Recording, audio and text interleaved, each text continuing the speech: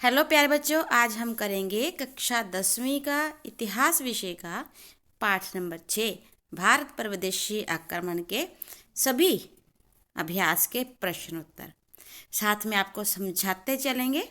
ये आपको नवंबर और अक्टूबर दोनों महीनों का सिलेबस मिलाकर जो दिसंबर में पहले वीक में आपका टेस्ट होगा उसमें भी आएंगे। तो आइए शुरू करते हैं। सबसे पहला क्वेश्चन है, अरबों ने भारत पर पहला आक्रमण कब किया? तो इसका सही आंसर है 636 ईस्वी में। दूसरा है, 712 ईस्वी में अविभाजित भारत पर सिंध प्रदेश के हिंदू राजा का नाम क्या था? तो सही आंसर है दाहिर। तीसरा है, अरबों को सिंध प्रदेश को जीतने में कितने वर्ष लगे? तो इसका सही आंसर है 75 वर्ष लगे थे अरबों को सिंध प्रदेश को जीतने में। नेक्स्ट है, महमूद गजनवी द्वारा भारत पर कुल कितनी बार आक्रमण किए गए? तो सही आंसर है 17 बार। विश्व प्रसिद्ध सोमनाथ मंदिर कौन से राज्य में है? तो इसका सही आंसर है गुजरात। क्वेश्चन नंबर 6 है, 1191 में तराइन के मैदान में किस किस के मध्य युद्ध हुआ? तो इसका सही आंसर है पृथ्वीराज चौहान और मोहम्मद गौरी। प्यारे बच्चों, तराइन का युद्ध एक नहीं बल्कि 2 बार हुआ है, 1191 और 1192, और दोनों के दोनों युद्ध ही पृथ्वीराज चौहान और मोहम्मद गौरी के मध्य हुए हैं। 7वां क्वेश्चन है, मंगोलों का सबसे शक्तिशाली नेता कौन था? तो इसका सही आंसर है चंगेज खान। नेक्स्ट है, पानीपत की पहली लड़ाई कब हुई? 21 अप्रैल 1526 को, और टोटल पानीपत की 3 लड़ाई हुई हैं, और ये जो लड़ाई थी ये बाबर और इब्राहिम लोदी के मध्य हुई थी। फिर है, भारत से कोहिनूर हीरे को लूटने वाले आक्रमणकारी का नाम क्या था? तो इसका सही आंसर है नादिर शाह। पानीपत की तीसरी लड़ाई कब हुई? 14 जनवरी 1761 में। नेक्स्ट है, पश्चिम से भारत में प्रवेश के प्रमुख मार्ग कौन से थे? यानी कि पश्चिम यानी कि जैसा पाकिस्तान पड़ता है वहाँ से प्रवेश के कुछ मुख्य मार्ग बताने हैं, साथ में दर्रे शब्द से आप क्या जानते हैं वो भी बताना है। 3 मार्ग थे। पहला था समुद्री मार्ग से लेकर पश्चिमी तट पर पहुंचना। दूसरा था उत्तर पश्चिम से खैबर, गोमल और बोलन के दर्रों के द्वारा भारत पहुंचना। तीसरा था मकरान मरु प्रदेश का समतली भाग, वहाँ से भी भारत में प्रवेश किया जा सकता था। दर्रा क्या होता है? पहाड़ों और पर्वतीय क्षेत्रों के बीच पाए जाने वाले रास्ते को, यानी कि आवागमन के प्राकृतिक मार्ग को। पहाड़ों और पर्वतीय क्षेत्रों के बीच जो आने जाने का प्राकृतिक मार्ग होता है उसे दर्रा कहा जाता है। नेक्स्ट क्वेश्चन है, 12वां क्वेश्चन, महमूद गजनवी के भारत पर आक्रमण करने के उद्देश्य क्या थे? देखिए, महमूद गजनवी ने कुल मिलाकर भारत पर 17 बार आक्रमण किए, 1000 से लेकर 1027 के मध्य। उसके भारत पर आक्रमण करने के कारण क्या थे? नंबर 1, इस्लाम धर्म का प्रचार करने के लिए, भारत की धन संपदा लूटने के लिए, अपने राज्य को सुदृढ़ यानी कि मजबूत बनाने के लिए, भारत में इस्लाम का प्रसार करके मुस्लिम जगत में प्रसिद्धि प्राप्त करने के लिए। देखो, महमूद गजनवी ने भारत में इस्लाम धर्म को फैला दिया, ऐसी प्रसिद्धि पाने के लिए। उसके बाद है, तराइन का युद्ध कब और किनके मध्य हुआ? तराइन के 2 युद्ध लड़े गए हैं, दोनों ही पृथ्वीराज तृतीय और मोहम्मद गौरी के मध्य लड़े गए। जो पहला है वो 1191 में तराइन के मैदान में हुआ, पृथ्वीराज तृतीय और मोहम्मद गौरी के मध्य, और पृथ्वीराज ने अपनी वीरता का परिचय देते हुए मोहम्मद गौरी को बुरी तरह से हरा दिया, और गौरी अपनी जान बचाकर वहाँ से भागने में सफल रहा। ठीक। दूसरा, तराइन का दूसरा युद्ध 1192 में तराइन का दूसरा युद्ध हुआ।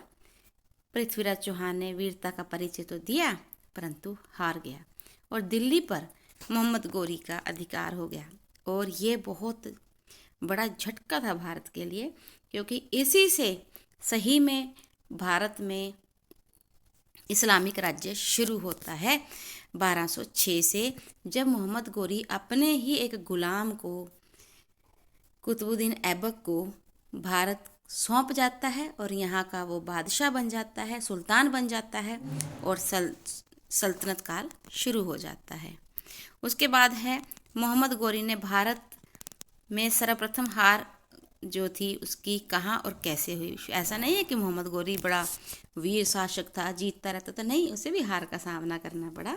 तो मोहम्मद गोरी जो था वो गौर का शासक था। पहले तो आपको ये देखिए कि मोहम्मद गोरी गौर का शासक था।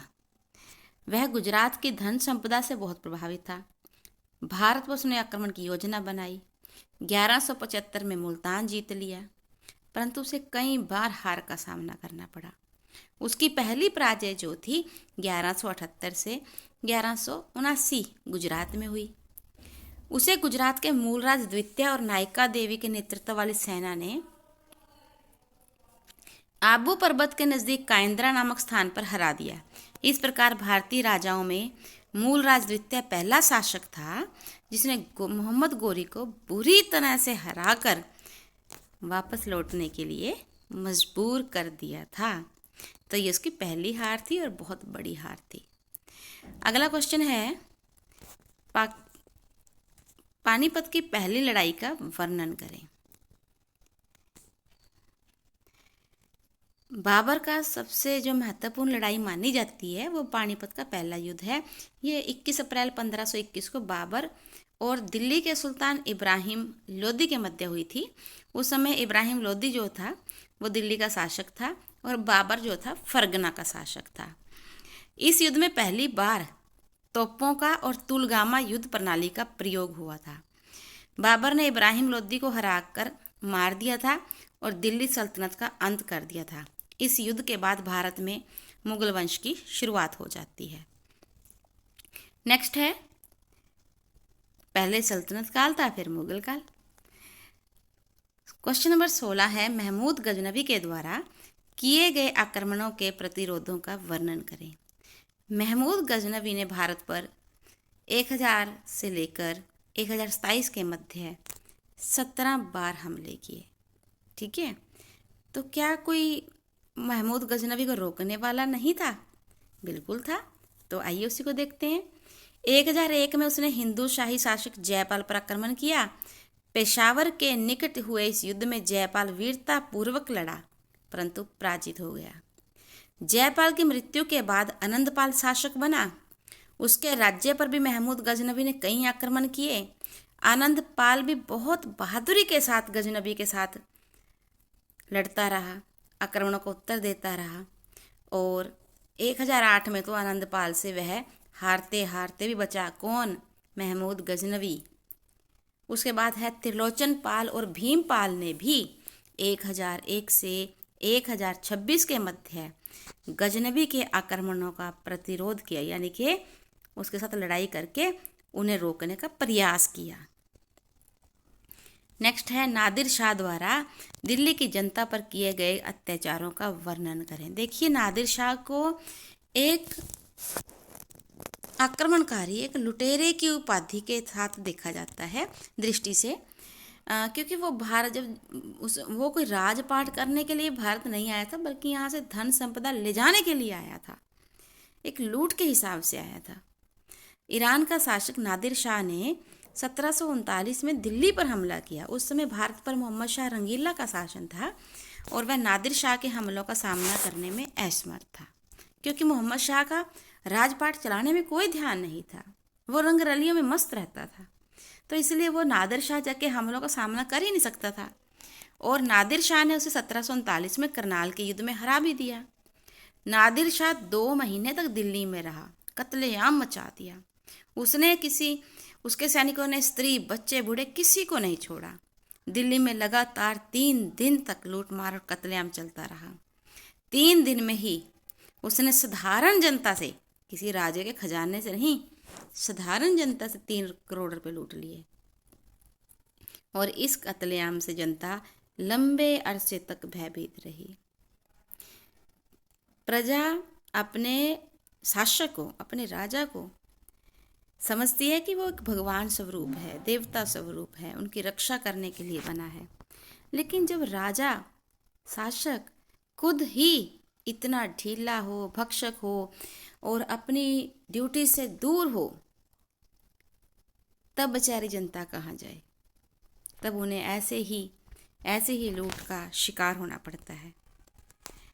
नेक्स्ट है सोमनाथ मंदिर का विध्वंस पर लेख लिखें। महमूद गजनबी ने जितने भी आक्रमण किए उनमें जो सबसे भयंकर आक्रमण माना जाता है या सबसे ज़्यादा झकझोरने वाला वो सोमनाथ के मंदिर पर किए गए आक्रमण ही था। महमूद गजनबी ने इस्लाम के प्रसार के लिए मंदिरों की तोड़फोड़ और मूर्तियों को खंडित करना शुरू कर दिया। गुजरात की समृद्धि से बहुत प्रभावित था वो। उसने गुजरात स्थित सोमनाथ के मंदिर पर आक्रमण किया, जो कि एक बहुत विशाल मंदिर था। भारी मात्रा में हीरे जवाहरात थे। मंदिर को 10,000 गांव का राजस्व प्राप्त होता था, यानी कि लगान प्राप्त होता था।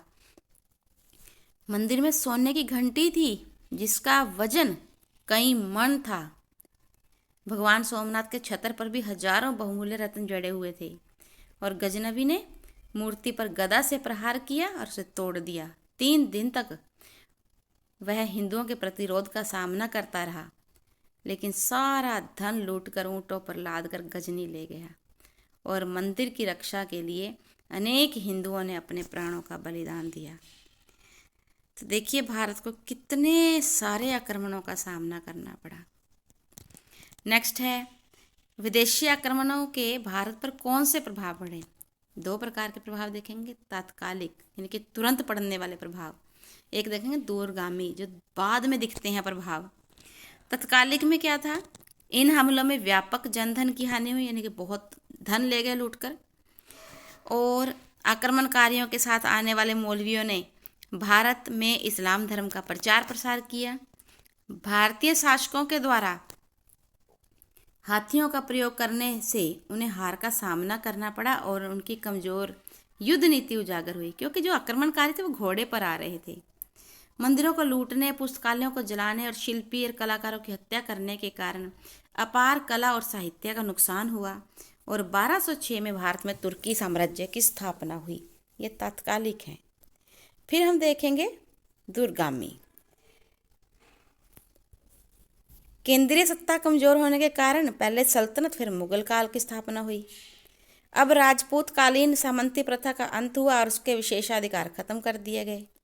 इस्लामिक राज्य स्थापित होने के कारण हिंदुओं को उनके ही देश में कर देने के लिए मजबूर होना पड़ा।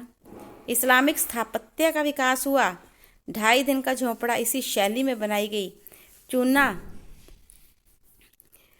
मिश्रित मसाले के प्रयोग से इमारतों में दृढ़ता आई। भारतीय शिक्षा केंद्रों का ह्रास हुआ। शिक्षा के क्षेत्र में मदरसा प्रणाली का विकास हुआ, यानी पहले जो लोग मंदिरों में, गुरुकुलों में शिक्षा प्राप्त करते थे, अब इस्लामिक राज्य शुरू होने की वजह से शिक्षा के नए केंद्र आ गए मदरसा। ये शिक्षा जो थी मस्जिदों में दी जाती थी। इस प्रकार से ये दूरगामी प्रभाव थे।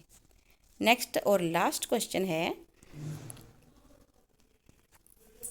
विदेशी आक्रमणकारियों की सफलता के कारण और भारतीय उन्हें नहीं रोक पाए, यानी कि भारतीयों की असफलता के कारण विदेश अधिकतर आक्रमणकारियों ने जिहाद का सहारा लिया।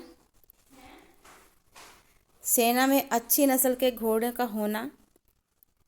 आक्रमणकारी अनैतिक युद्ध नीति का प्रयोग कर विजय प्राप्त करने में सफल रहे।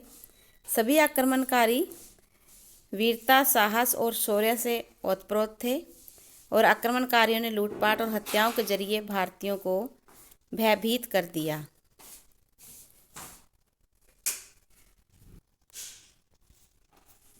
अगर हम भारतीयों के आक्रमणों को रोक पाने में विफलता के कारणों की बात करें तो भारतीयों के आक्रमणों को रोक पाने में विफलता के कारण जो है इस प्रकार से हैं। दाहिर ने मोहम्मद बिन कासिम पर तब आक्रमण नहीं किया जब वह अपनी थकान उतार रहा था। अगर उस समय आक्रमण कर दिया होता तो इतिहास कुछ और होता। भारतीय शासकों की सेना में अधिक हाथी होने के कारण भी आक्रमणों का जवाब देने में तीव्रता न आ सकी। हिंदू शासकों ने उच्चतम नैतिक आदर्शों का पालन किया जो आत्मघाती साबित हुआ। उच्चतम गुप्तचर व्यवस्था का स्तर बनाए रखने में भी शासक असफल रहे, मतलब उनके पास ऐसे गुप्तचर नहीं थे जो तुरंत सूचना दे पाते। और तीरंदाजी का स्तर भी जो था प्राचीन काल से काफ़ी गिर चुका था। तो ये सब वो कारण थे जिनकी वजह से विदेशी आक्रमणकारी सफल हो पाए और भारतीय जो थे शासक वो अपने उद्देश्य में यानी कि आक्रमणों को रोकने में असफल रहे। प्यारे बच्चों, इसके साथ ही हम आपको ये भी बताना चाहेंगे कि डिस्क्रिप्शन बॉक्स में जाइए, वहाँ पर जाकर आपको प्लेलिस्ट मिलेंगी इकोनॉमिक्स की, ज्योग्राफी की, सिविक्स की और हिस्ट्री की। वहाँ जाकर आप किसी भी लेसन के बहुत इंपॉर्टेंट क्वेश्चंस, एक एक मार्क्स के इतने अच्छे जितने आपको किसी गाइड में नहीं मिलेंगे, वो सारे क्वेश्चन आंसर देखने को मिलेंगे, अभ्यास के मिलेंगे। और हमने सिविक्स के, भूगोल के और इकोनॉमिक्स के बहुत बहुत ज़्यादा इंपॉर्टेंट प्रश्न छांट कर आपके लिए वीडियोस तैयार कर दी हैं। बस आपको वही क्वेश्चन याद करने हैं और 100% पेपर में वही आएंगे। अगर हमारा ये प्रयास आपको पसंद आया हो तो लाइक और सब्सक्राइब जरूर करें। नहीं पसंद आया हो, कोई कमी हो तो वो भी अवश्य बताएं। Thank you so much. Have a nice day.